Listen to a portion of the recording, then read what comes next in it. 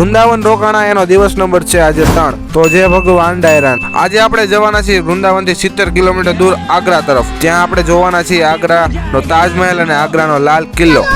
સવારમાં વહેલા ઉઠીને થઈ જાય છે રેડી ને 7 વાગ્યા કોર આવી જાય છે. આપણે નીચે આપણે સ્ટે કર્યો તો હોટલ શિવ કૃષ્ણ પેલેસ ની અંદર, જે આવ્યું છે વૃંદાવન ની અંદર. થોડોક એવો વેઇટ કર્યો તો આવી જાય છે આપણી ગાડીને. ગાડીમાં બેને રવાના થઈએ છીએ આપણે આગ્રા તરફ. આપણે કનેક્ટ કરીએ છીએ અને 44 જે ઇન્ડિયાનો લોંગેસ્ટ હાઈવે છે, જે જમ્મુ કાશ્મીર થી લઈને કન્યાકુમારી સુધીનો છે, તે કનેક્ટ કરીએ છીએ આપણે આગ્રા સુધી. ને રસ્તામાં લઈએ છીએ એક નાનો હોટલ બ્રજવાસીએ એક બ્રેક. પછી 10:30 કોર આપણે પહોંચી તાજમહેલ. ત્યાંથી 500 મીટર ચાલીને જાવ છો એટલે પહેલી એન્ટ્રી આવે છે. ત્યાંથી આપણે ઓનલાઈન ટિકિટ લઈ લીધી. તમે પણ જાતા તો ઓનલાઈન ટિકિટ લેજો, તમારે વધારે સારું પડશે. પછી આપણે જોઈ શકો આ છે તાજમહેલનો કાંક અમેઝિંગ વ્યૂ, અને આ છે કાંક પાછળ યમુના નદીનો પાછળથી વ્યૂ જોઈ શકો તમે. અહીંયાથી થઈએ છીએ રવાના અને 2 કિલોમીટર દૂર જે આગ્રા ફોર્ટ ત્યાં જઈએ છીએ. ત્યાં પણ આપણે ઓનલાઈન ટિકિટ લઈ લીધી એટલે ત્યાં પણ આપણે લાઈનમાં ઊભું નહોતું રહેવું પડે. આ છે કાંક આગ્રા ફોર્ટનો વ્યૂ જોઈ શકો તમે.